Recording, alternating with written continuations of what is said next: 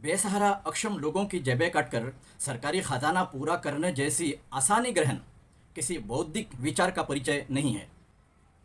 जब आप लोगों की आय सुनिश्चित नहीं कर रहे हो, जब आपको ये नहीं पता लोग आय कैसे कर रहे हैं, इनकम सोर्स का, यानी एक व्यक्ति की इनकम कहाँ से आ रहा है, कैसे आ रहा है, कितना वो कर रहा है, वो उसकी ज़िंदगी किस बेस पर निर्भर है, किस आधार पर वो ज़िंदगी गुजारा बसरा कर रहा है। मैं इस देश की गांव-गांव घूमता हूँ, तफ्तीश करता हूँ, जगह जगह जाता हूँ, देखता हूँ लोग कैसे ज़िंदगी गुजर बसर कर रहे हैं। सरकारी हिसाब किताब छोड़ दीजिए, सरकार किस बेस पे बात करती है। इस देश पर जो सरकारी राज है वो ठगी पे निर्भर है। ठगी, आप सीधा भाषा इस्तेमाल करो तो ये लोग ठग, इन ठगों के हिसाब किताब आप छोड़ दो। जो अधिकारी बनता है वो सरकार का गुलाम बनता है, सरकार की तरफ से बात करता है, वो आपका हिसाब किताब क्या देगा। 95% लोग इस देश के अंदर ऐसे गुजर बसर करते हैं जिनके आप हिसाब किताब छोड़ दीजिए। ज़रा वो यानी मैदान पे जाकर देखिए वो लोग कैसे गुजर बसर कर रहे हैं। अगर इनके अंदर थोड़ा भी संवेदना होता तो बुलडोज़र से सब्ज़ी की ठेला वो कुचल नहीं देता। उसके अंदर थोड़ा भी इंसानियत अगर होता। आप बताइए, मुकेश अंबानी रास्ते पे ठेला लगाएगा? अडानी रास्ते पे ठेला सब्जी की ठेला लगाएगा रोज़ का 500 रुपया कमाने के लिए? मजबूरी है ना ये भी। आप इसी देश के लोग हैं ना, पेट पालने के लिए कर रहे हैं ना। आपके अंदर थोड़ा भी सूझबूझ नहीं है, थोड़ा भी आपके अंदर समझ एकदम से नहीं है। मर गया है समझदारी एकदम से। समझ नाम की चीज आप समझते ही नहीं है एकदम से। यहां से भेजा एकदम से काम नहीं कर रहा। जो लोगों की मजबूरी को भी नहीं समझ पाएंगे। अगर कोई रास्ते पे ठेला लगा रहा है, शौक से कर रहा है, उसके पीछे परिवार पड़ा होगा, रहने के लिए, कपड़े पहनने के लिए, खाना खाने के लिए मजबूरी है ना उसकी। इस मजबूरी को समाज से, इस मजबूरी को दूर करना किसकी जिम्मेदारी है? सरकार की है ना। सरकार क्यों बनती है? इसीलिए ना, लोगों की मजबूरी को दूर करो, ज़िंदगी से मजबूरियों को दूर करो, मजबूरियों को अलग करो। मजबूरियों को आप हिसाब किताब लगाओ। आपके पास ब्यूरोक्रेट्स है, आपके पास डिस्ट्रिक्ट कमिश्नर है, अलग अलग विभागें पड़ी हुई है। क्या कर रहे हैं वो लोग? घंटी बजाते हैं बैठे बैठे हैं। यहाँ इस देश के अंदर मेरे जैसे शासक होता तो इनकी एक एक की हिसाब निकलता। हर महीने, हर 3 महीने की मैं सेगमेंट लगाता और इनसे हिसाब निकलता। इस 3 महीने के अंदर तुमने क्या क्या बताओ, तुमने क्या किया। इन्वेस्टिगेटिव कमेटी बनाकर इस हिसाब को निकालने की अगर कोई कानून नहीं है, तब तक इस देश की इस देश की उन्नयनमूलक काम होना संभव नहीं है। और यही चीज़ कमियां हैं हमारी व्यवस्था में। प्रधानमंत्री ने क्या किया? राष्ट्रपति, जिसका हर महीना तनख्वाह, हर महीना वेतन, जिसे 5 लाख रुपया दिया जाता है, हर साल में 60 लाख रुपया उसकी वेतन है, वो राष्ट्रपति करता क्या है? आपको पता है कुछ? कोई हिसाब किताब है कि वो एक साल के अंदर, एक महीने के अंदर 5 लाख रुपया लेता इंसान करता क्या है? कुर्सी गर्म करना। राष्ट्रपति भवन जिसे बनाकर रखा हुआ है अंग्रेजों के टाइम से, उस भवन को सिर्फ और सिर्फ जिंदा रखने के लिए वो राष्ट्रपति को बिठाते हैं। क्या करता क्या है वो? कोई हिसाब किताब है? कुछ काम करता भी है या नहीं है? प्रधानमंत्री करता क्या है? उप प्रधानमंत्री करता क्या है? उसके बाद ये मंत्रिमंडल करता क्या है? हर महीने की कोई हिसाब तो होना चाहिए, क्योंकि तनख्वाह तो लेते हैं ना वो। कोई हिसाब नहीं है। इन लोगों ने काम किया, नहीं किया, पगार जारी है, वेतन मिलता रहेगा। अच्छा, उसके बाद एक्स अगर हो गए, एक्स प्रधानमंत्री यानी पूर्व प्रधानमंत्री बन गए, फिर भी इलाजें चलती रहेगी। इसी देश की इन्हीं गरीबों पे, जिन पे बुलडोजर चलाए हैं, उन्हीं की खून चूस कर उनकी पेंशन दिया जाएगा, उन्हें वेतन दिया जाएगा। लेकिन काम का कोई हिसाब नहीं है। काम करो नहीं करो, उन्हें मिलता रहेगा। यह है इस देश की व्यवस्था। आप किस व्यवस्था पर नाश कर रहे हो?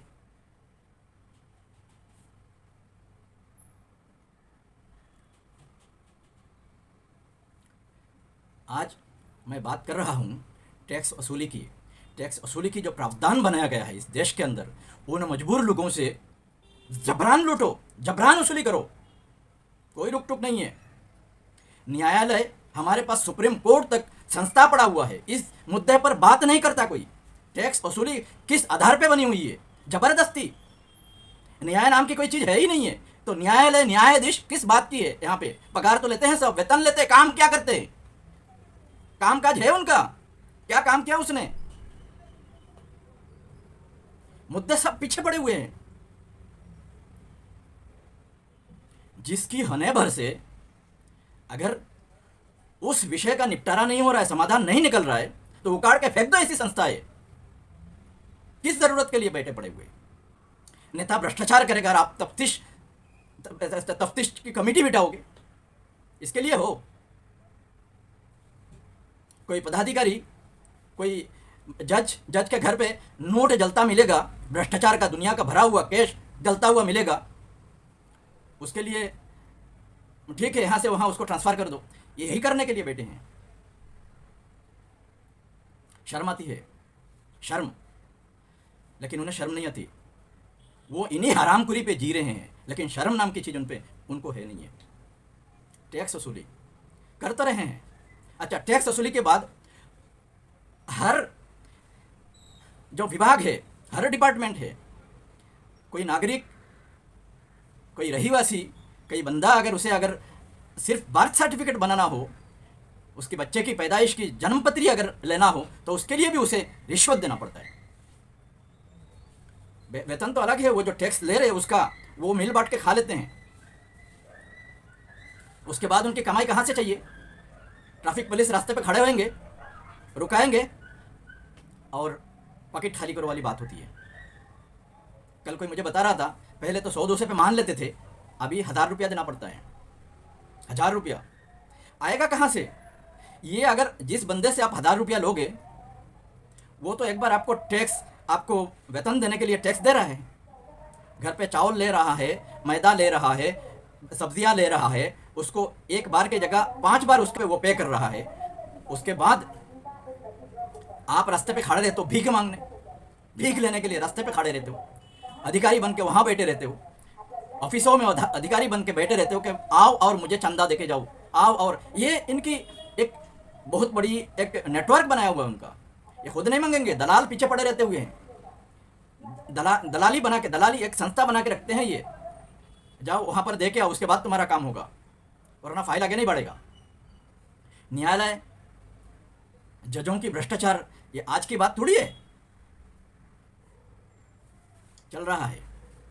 इस देश की नीति नियम इसी बात पे सरकार बनती है, चली जाती है। ऐसे ही ये 70-80 साल से यही कर रहे हैं ये लोग, इसीलिए देश नहीं बन पा रहा है। वसूली भी कोई हिसाब किताब नहीं है, खाओ भी हिसाब किताब नहीं है। अभी इन दिनों संसद पे हर सांसद की इनका पेट नहीं भर रहा है।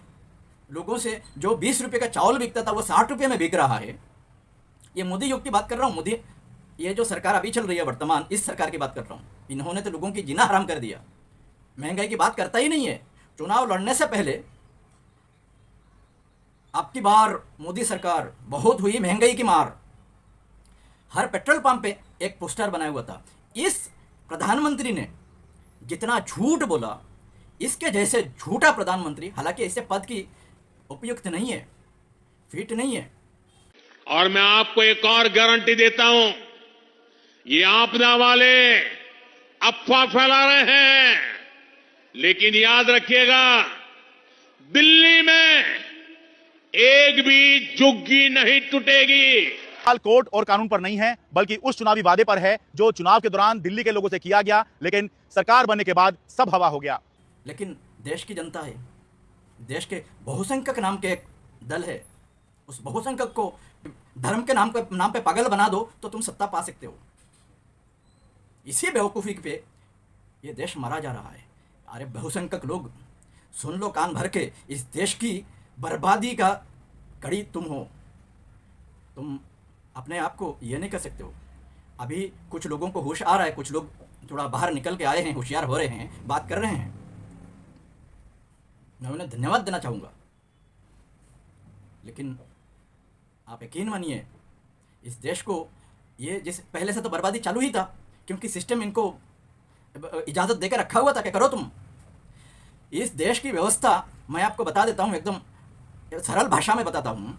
इस देश की व्यवस्था बदमाश, गुंडे और दलाल टाइप के लोगों को दावत देती है, निमंत्रण करती है, इनवाइट करती है, आओ संसद गर्म करो और तुम ही खाओ। अच्छे लोगों के लिए व्यवस्था है ही नहीं है। इसी बात पर इस व्यवस्था को बदलने की सख्त ज़रूरत है। जब तक इस व्यवस्था को बदल के इस संसद को पवित्र नहीं बनाया गया, तब तक इस देश की मुक्ति नहीं है। याद रखना। सम्मानित, मैं अपनी गुरु मानता हूँ, राजीव दीक्षित जी ने इस बात के लिए आवाज़ उठाया था। कम से कम जिस मट्टी पे रह रहे हैं उस मट्टी के साथ वफादारी करना तो सीखो। वफादारी किसे कहते हैं? तुम गद्दारी करो और वफादारी के नाम दो। सच का आता पता नहीं है, सच बोल रहा हूँ बोल दो। झूठ का साथ देते देते खुद को सच्चाई का मसीहा समझने लगो। ये हवा चल रही है इस देश के अंदर। इस देश की, बार बार बोल रहा हूँ, याद रखना दोस्तों, इस देश की जो व्यवस्था है, इस व्यवस्था को बदलने से पहले इस देश की मुक्ति नहीं है। क्योंकि व्यवस्था के आधार यानी उन लोगों को दावत देती है, चुन चुन के दावत देती है कि जो भ्रष्टाचार कर सकते हो, चालाक चतुर हो, खुद के ऊपर लगी हुई मामले पद पाने के बाद काट दो। इस व्यवस्था पे आप नाश कर रहे हैं, इस व्यवस्था पे जी रहे हैं, इस व्यवस्था को अपना व्यवस्था मानते हो। शर्म आती है तुम्हारी समझदारी की। अपने आप को समझदार समझते हो। और ये जो जितने विज्ञ लोग हैं, बुद्धिमानों को मैं इनकी अक्ल और समझदारी की मुझे शर्म आती है। ये एक भी, मैं आपको गारंटी के साथ कहता हूँ, ये एक भी मेरे सामने बैठने लायक नहीं है। कोई भी हो, 2 मिनट 5 मिनट लगाऊंगा, रुला के छोड़ दूंगा, कोई बैठ नहीं पाएगा मेरे सामने। क्योंकि ये हर कोई झूल जाल पे, सच के लिए नहीं है, झूल जाल पे ज़िंदगी गुजारने पे खुद को समझौता कर चुके हैं। ये वो लोग हैं, ये जितने भी है सिस्टम पे बैठे हुए, जितने भी है। इक्का दुक्का होगा, ऐसा नहीं करता हूँ, खामोश बैठा हुआ होगा क्योंकि हवा चल रही है तो क्या करूँ, मैं अकेला क्या कर सकता हूँ। इसी पछतावे पे ज़िंदगी गुजार रहे हैं। लात नहीं मारते शर्म के मारे। ये वो लोग हैं, खुद की पेट पालने के लिए 140 करोड़ लोगों की मुकद्दर बर्बाद कर रहे हैं। ये वो लोग हैं, टैक्स वसूल रहे हैं। टैक्स वसूलना कानूनन जायज़ है, कानून बना सकते हैं देश चलाने के लिए टैक्स वसूलना। लेकिन टैक्स वसूलना और देश चलाना किसी कुत्ते को बैठा दो ले जाके, वो भी कर लेगा। क्योंकि खर्च आने के लिए कोई ये नहीं है, कोई बाधा तो है नहीं, प्रतिबंध तो है नहीं है। खर्च कहीं से भी आ रहा है, कहीं से भी खाली लीक दो और खर्च आना चालू। तो खर्च करने के लिए तुम्हारी बुद्धिमानी की तो ज़रूरत है नहीं है। तो उस बुद्धिमानी को तय करना तुम्हारे लिए फ़र्ज था सबसे पहले, कि खर्च किस रास्ते पे होगा, उसकी जिम्मेदारी तय करना, उसकी जवाबदेही तय करना, यह था, ज़रूरी था। लेकिन उस जवाबदेही को तय ना करते हुए आज 70 से 80 साल बिता दिए संसद चला रही है लोग।